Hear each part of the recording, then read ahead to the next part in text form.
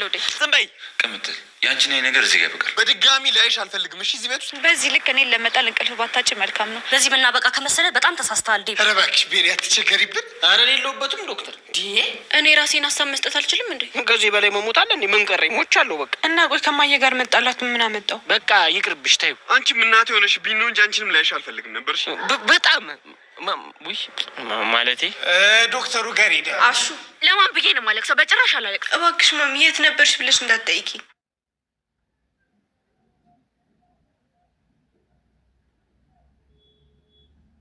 ምን እያደረግሽ ነው? ምን አደረግኩ? አንቺና ማሚ ሆናችሁ አዴን ለመጉዳት ሞክራችኋል አይደል? እሷ ናት እንደዚህ ያለችህ?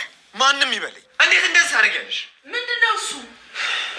ይኸውልሽ አሁኑኑ ከዚህ ቤት ውጪ። በድጋሚ ላይሽ አልፈልግም። እሺ እዚህ ቤት ውስጥ ሰማሽኝ? ምን አድርጋ ነው ዴቭ?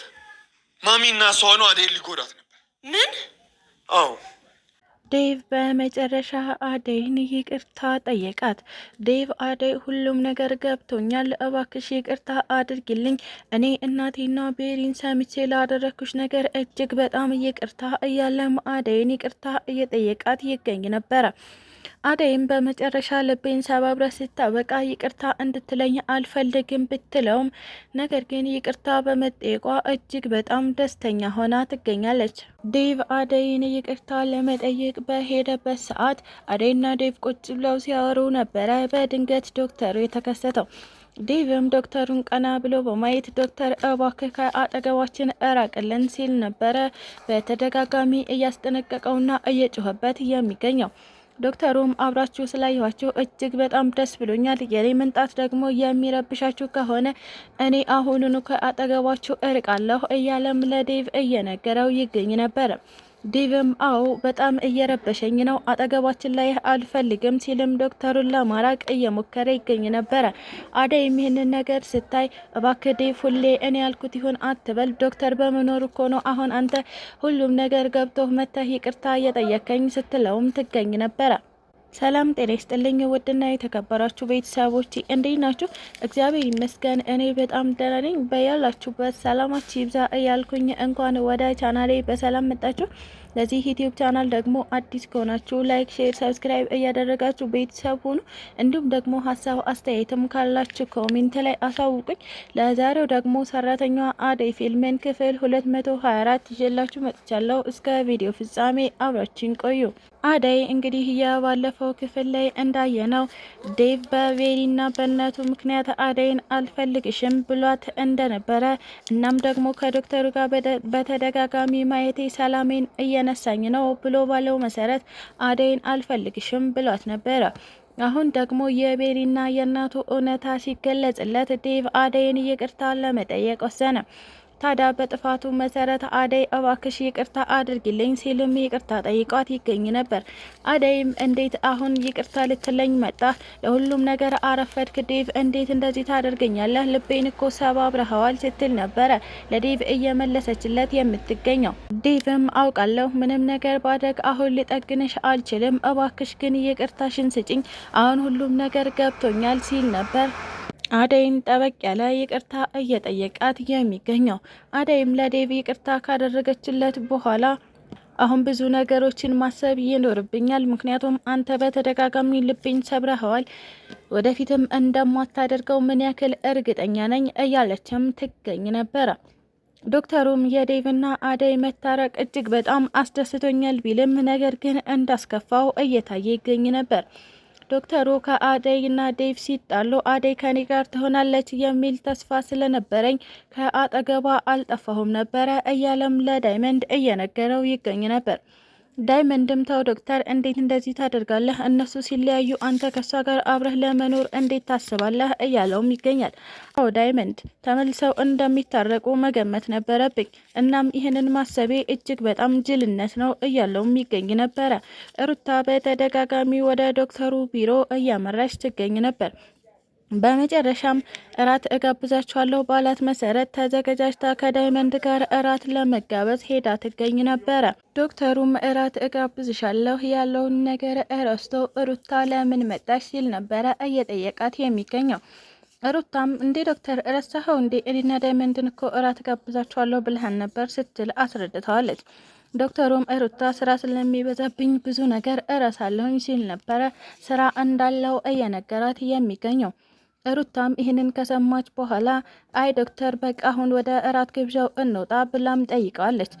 ዶክተሩን እንደጠበቀችው አላገኘችውም። እሱም ምንድን ነው አሁን ብዙ ታካሚዎች አሉብኝ እና ስራ በዝቶብኛል፣ ይህንን ነገር ላደርግ አልችልም፣ እራቱን ልጋብዝሽ አልችልም አይነት መልስ ነበረ እየመለሰላት የሚገኘው። ሩታ በዚህ ነገር እጅግ በጣም ተናደደች።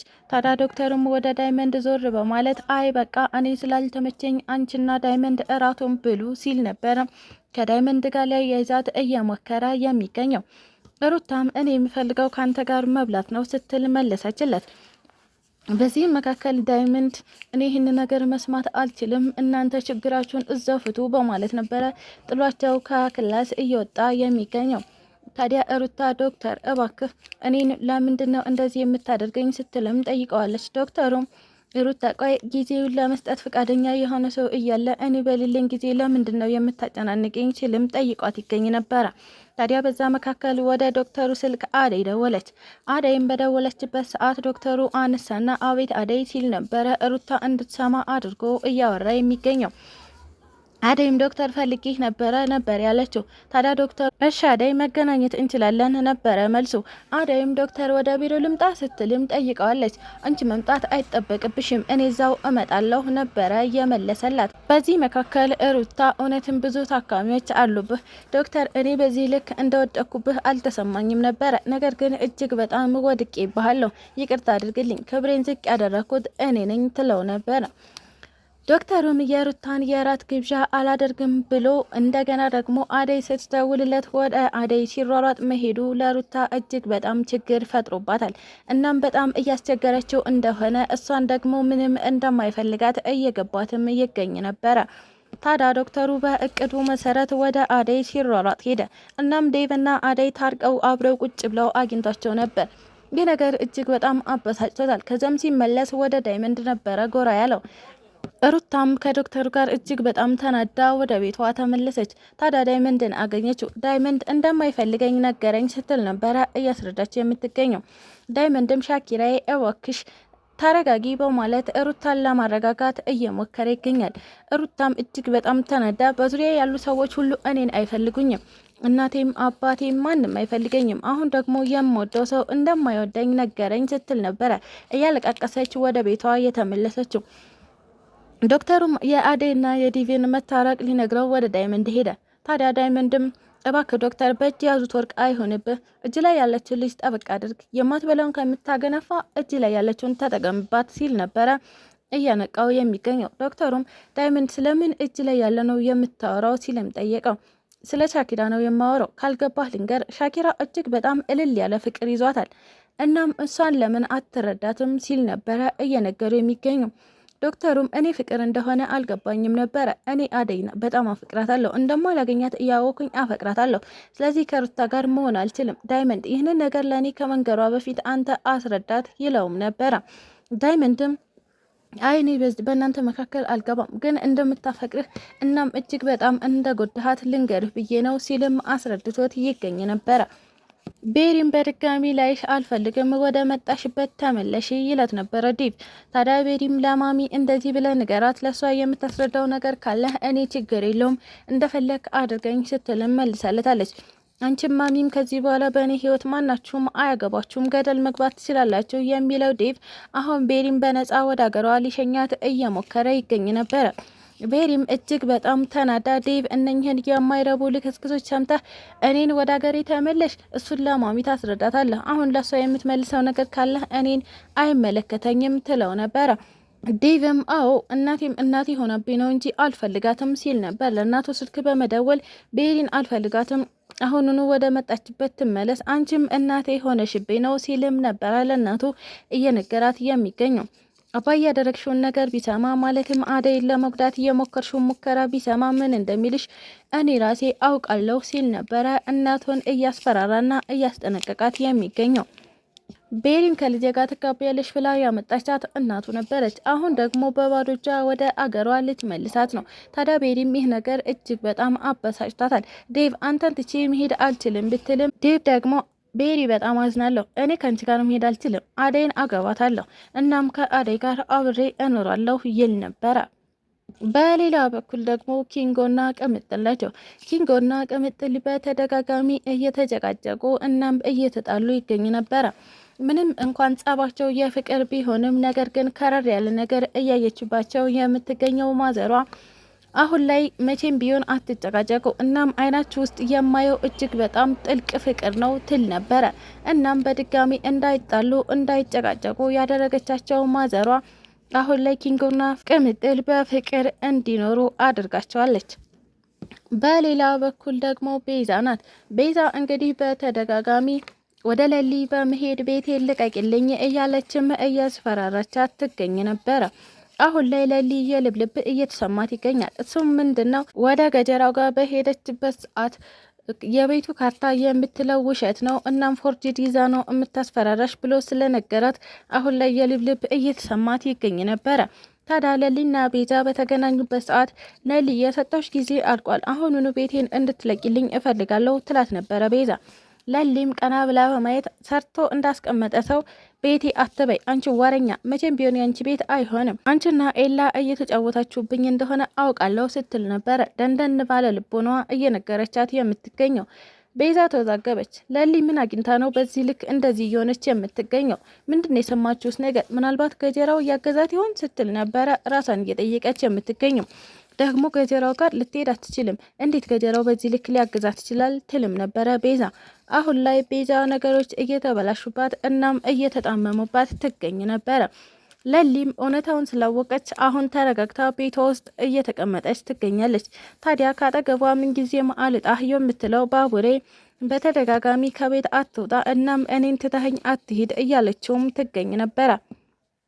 ዴቭ ማንነታቸው ባልታወቀ ሰዎች ተደበደበ። ዴቭ አሁን ላይ እጅግ በጣም ኃይለኛ ሁኔታ ውስጥ ነው ያለው። እናም ዴቭ ስልኩንም ጥሎት እንዲሁም ደግሞ እሱም ታግቶ ይገኛል። ይህንን ያየችው ኩኩሻ ወድቆ ያገኘችውን ስልክ እያገላበጠችው ትገኝ ነበረ። ቆይ ይህ ስልክ የማን ነው? ስልክ ማንስ ነው ጥሎት የሄደው? እያለችም ትገኝ ነበረ። ነገር ግን የዴቭ ስልክ መሆኑ በፍጹም ያልገባት ኩኩሻ አሁንም ስልኩን በተደጋጋሚ እያገላበጠች እያየችውም ትገኛለች። አሁን ላይ የስልኩን አሻራ ተከትላ ማለትም ዴቭን የወሰዱበትን መንገድ ተከትላ ሄዳ ዴቭን ለማዳን ትሞክር ይሆን ወይስ ደግሞ ስልኩን ይዛ ኩኩሻ እንደለመደችው ትታጠፍ ይሆን? እንግዲህ ይህንን ነገር በቀጣይ ቪዲዮ የምናየው ይሆናል። ዴቭን ለማትረፍ ዋጋ የምትከፍል ከሆነ ኩኩሻ እውነትም እጅግ በጣም ጥሩ ሰው ናት። ነገር ግን ስልኩን ይዛ የምትሸበለል ከሆነ ኩኩሻ አሁንም የድርየነት ህይወቷን ለመተው ፍቃደኛ አይደለችም ማለት ነው። ስለተከታተላችሁኝ እጅግ አድርጌ አመሰግናለሁ። ለቻናሌ ደግሞ አዲስ ከሆናችሁ ላይክ፣ ሼር፣ ሰብስክራይብ እያደረጋችሁ ቤተሰብ ሆኖ እንዲሁም ደግሞ ሀሳብ አስተያየትም ካላችሁ ኮሜንት ላይ መጻፍ ትችላላችሁ። ኢትዮጵያ ለዘላለም ትኑር እያልኩ ሰናበታችኋለሁ።